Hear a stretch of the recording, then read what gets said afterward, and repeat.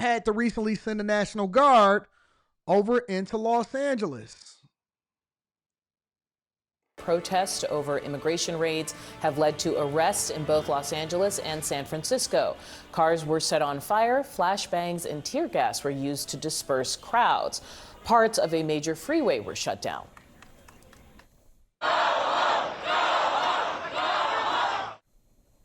This morning marks the fourth day of protests. You're seeing some of those self-driving cars on. Now, those are Waymo vehicles. And that's the danger of Waymo vehicles, is that because nobody is inside of them. Now, let's be clear. There was burning up vehicles that previously had people inside of them. They weren't autonomous vehicles. These are not peaceful protests, y'all. These are not peaceful protests. These are people that are here illegally. These are apologists. These are far-leaning left liberals, and they don't mind destroying property. These are not peaceful protests. I just want to make sure that we preface this conversation by saying that this is not peaceful. These people mean to do damage. They mean to do harm, and they are destroying the city altogether. On fire. Right now, all of downtown LA has been declared an unlawful assembly area. President Trump called up the National Guard to protect federal personnel and property. It's the first time a president has done this without a state's request or consent in about 60 years. Are you prepared to invoke the Insurrection Act? Depends on whether or not there's an insurrection. No, but you have violent people, and we're not going to let them get away with it. I think that you're going to see some very strong law and order. 500 active duty Marines are also prepared to deploy. The entire National Guard situation is setting up a showdown. I want y'all to also know that a lot of these people are paid protesters. So, all right, for those of y'all that just take things at surface value and don't do your research, or you're not familiar with the history of how certain things happen in the first place, these people often at times are not even from the areas that they're protesting in. They're brought in, they're paid protesters, they're paid people to incite violence. They are there to create a mob, to create a narrative, and they work on the behalf of millionaires and billionaires that has set up a fund for them to come in and protest. So I want y'all to also understand that all of these people that's out here, I don't believe those people that's sitting right there with that mask on and all of that stuff. I don't believe that every last one of those people are just people that are against immigrants from being deported from the United States of America, that had protected right status and, you know, they were criminals. And you think, I don't believe that at all. A lot of these people are paid protesters to go out there and send a message and create a narrative and then incentivize you to burn down your own cities. And it's messed up because we're seeing this in Los Angeles. With California's governor, he claims the president is putting fuel on the fire. The mayor of Los Angeles accused the president of being heavy-handed. When you raid Home Depot and workplaces, when you tear parents and children apart, and when you run armored caravans through our streets, you cause fear and you cause panic. For every single minute that we were here resisting against the Border Patrol, that was time that they were not out deporting people in our community. But President Trump is urging LA's police chief to bring in the troops right now. Police say at least 27 people were arrested Sunday, most of those on the 101 freeway. Look at these people standing on the freeway, y'all. Look at these people standing on the freeway. Now, I would have you to know that California Governor Gavin Newsom is silent on this.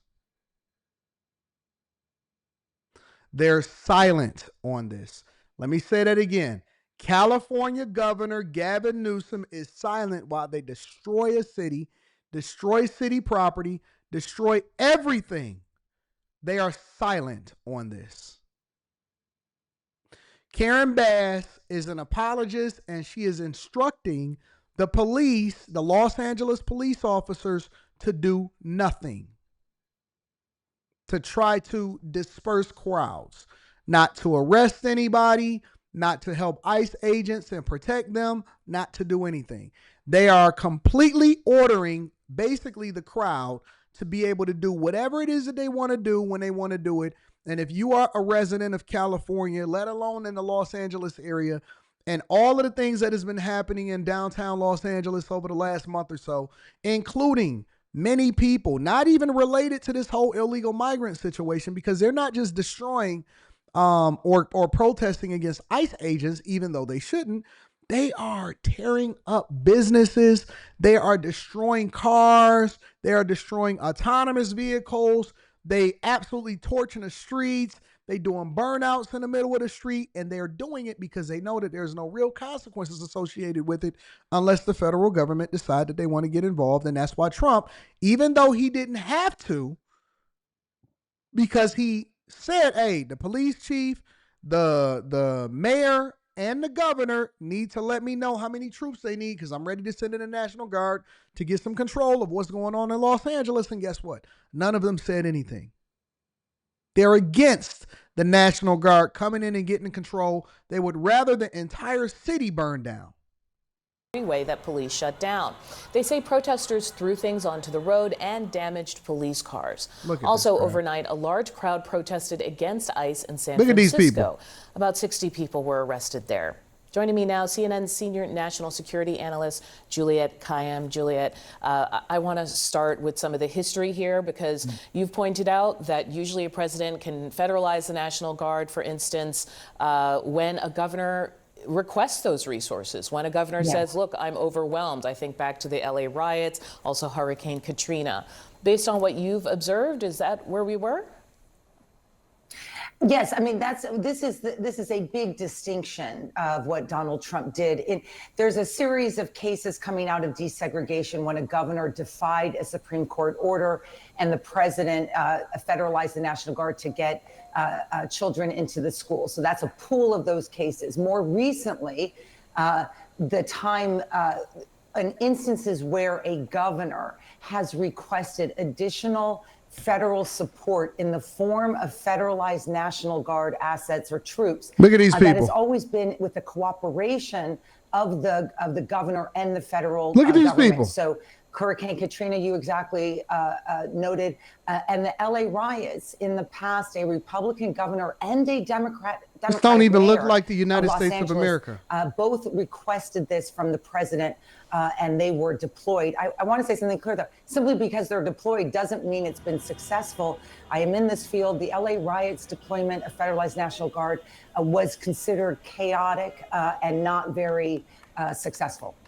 Can you get into that more? We have heard this argument that it can, in some cases, actually we've heard from the governor, I think, can inflame or kind of further fuel backlash. They have nothing to lean on, so they're trying to act like bringing in the National Guard to get some control is going to put fuel to the fire. What are you seeing? Yeah, I told y'all to get out of Los Angeles a long time ago. It's hard to determine what the White House is doing right now. The president and his team came on very strong on Saturday, using words like insurrection, I think getting people really hyped up about what was going to be happening. Then there was a delay, and now there's a couple hundred troops that are protecting federal buildings. That's an important mission. It could have been done with state National Guard. You didn't need to put them under the president or Secretary Hegseth. And the reason why you don't do that is because state National Guard work regularly with state police and local police for crowd control, games. The LA is going to be hosting the Olympics. Think of a marathon or a big event. Ain't that crazy, y'all, that we got the 2026 Olympics going to be in Los Angeles. Los Angeles is operating on an annual deficit of over $1 billion. California is operating on an annual deficit. They can't even get control, but we're supposed to be having the Olympics in Los Angeles in 2026. We're supposed to be having the Olympics. I was looking forward to being there. Not as a spectator, but as a person that was covering what was going on in Los Angeles during the Olympics. It's crazy. It is crazy to think of what's happening over in Los Angeles at this time. I'm just amazed. I'm taken aback by how things are transpiring, and more importantly, how leadership is handling this. We're seeing new videos showing the chaotic moments protesters and the reason why I got to include CNN on these conversations, or MSNBC sometimes, is because we have to get the liberal view. We got to get it from both views. We can't just get it from the conservative view. We can't just get it from Fox News. We go with local news. We go with liberal news. We go with conservative news. We go with, Republican-led stations on all of that, and then we try to make sense of all of it. It doesn't mean that what they say we agree with, but we got to include every voice in these conversations. Federal agents clashed across Los Angeles. It marked the second day in a row of unrest as ICE raids continue.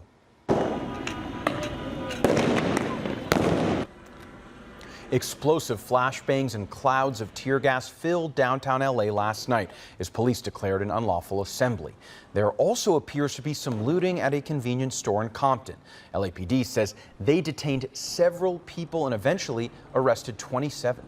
And this comes as the National Guard troops that President Trump ordered have started to arrive. Eyewitness News reporter Amanda Palacios joins us live from downtown Los Angeles with the breaking update. Amanda.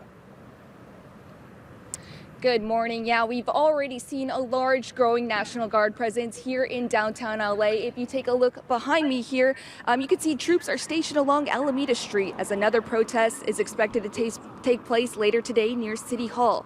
This follows President Trump's deployment of 2,000 National Guard members in response to a series of immigration protests across the city. This is new video from overnight showing the troops arrive. They stopped at City Hall after driving through Paramount, then ended up here at the Federal Building.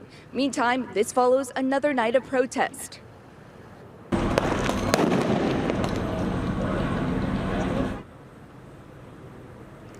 Video from last night shows tense moments in downtown LA as protesters clashed with police, some setting off fireworks and starting fires. Officers responded with what appeared to be tear gas to disperse the crowds. In a separate incident, demonstrators were seen entering a damaged convenience store in Compton and looting items from inside. According to the LAPD, multiple individuals who returned to the area after a dispersal order was issued on Alameda Street were detained and are expected to be booked for failure to disperse. We spoke with Mayor Bass about the deployment of the National Guard and believes it's not necessary. My concern, and we have experienced civil unrest, and I remember look at all of the graffiti out there. Well, that one of the worst things you can do is have an extreme presence of law enforcement that gets everybody agitated, and the violence actually escalates. And today's protest. Nobody got no jobs. Nobody got nowhere to be. Nobody got no baby mamas. They don't have no events to go to. You telling me that they're just showing up in downtown Los Angeles and they just destroying everything and protesting? Some of the images that I had seen was just crazy. But that's all right. Starting in late July, early August, we're going to be on the road at least 3 weeks out of the 4 weeks. Every single month, and we're going to be everywhere where every piece of action is happening. It doesn't matter where it's happening in the United States of America.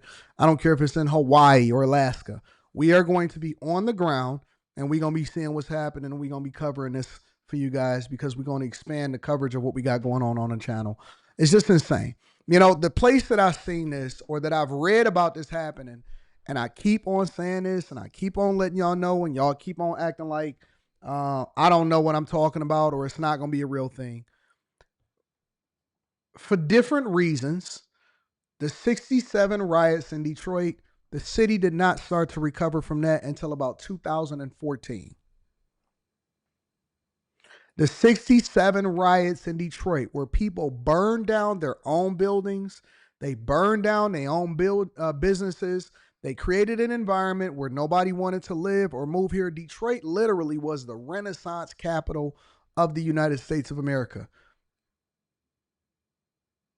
I just recently went and viewed the Detroit train station that was refurbished and revamped, and they spent several years painstakingly restoring it to its original grand vision of what it was and what it used to be. And there was so many people walking through there and all of that stuff, right? And so much history. And I was observing, and I was talking to the historian that, we was talking about different things that we knew about Detroit, and he was giving me some insight on stuff that I'd never heard before.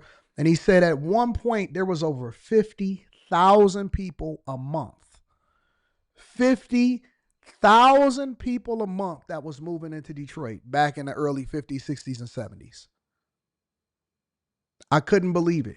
He said it was the fastest growing. He said, he said I forgot how often he said that. Every 3 minutes, there was a train leaving out in order for them to accommodate all of the people that was coming here. And it didn't take but one situation that already exacerbated something that wasn't supposed to be happening in the first place for it to just all go down. And I'm telling you, I see such a massive exodus of everything that's happening over in Los Angeles. It's crazy. It's crazy. I don't know how y'all don't see this happening. To a larger extent, I see it happening over in Chicago. Chicago is one powder keg away from just completely going ham. I was talking to people that live in Chicago this weekend because a lot of them was here. Yep, I was out in the streets this weekend. A lot of Chicagoans was here. White people, black people, all of them was here because they was here for the Tigers game. And the Cubs and the Tigers are basically, they saying it's a possible preview for what could happen in the World Series. Right. And so I was talking to a lot of them. I talked to a guy on the train. I said, hey, man, what's going on in Chicago? Oh, man, I can't believe it. We got a trash mayor. The Bears is going to be moving. They don't get it. It's this other large plot of land. This is what's going on in immigration. People are walking away. It's too expensive. They taking people's properties. People, they letting gangs run rampant, out of control. Police officers are dying. I said, is that all that was happening in Chicago? He said, yeah, man, it's bad. He said, we came, and this is the honest to God truth. He said, we came here and we like, wait a minute. I said, no. We didn't really know. We didn't realize it was like this here. I said, no. Nope, that's not what we doing. That's not what we doing. We only want the best of the best. We don't want the worst of the rest. Nah, the D is phenomenal.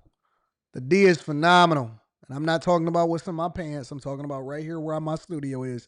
It's a reason why I won't move from this city. This city is booming.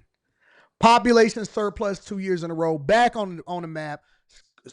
Skyscrapers and cranes everywhere. People moving into the city.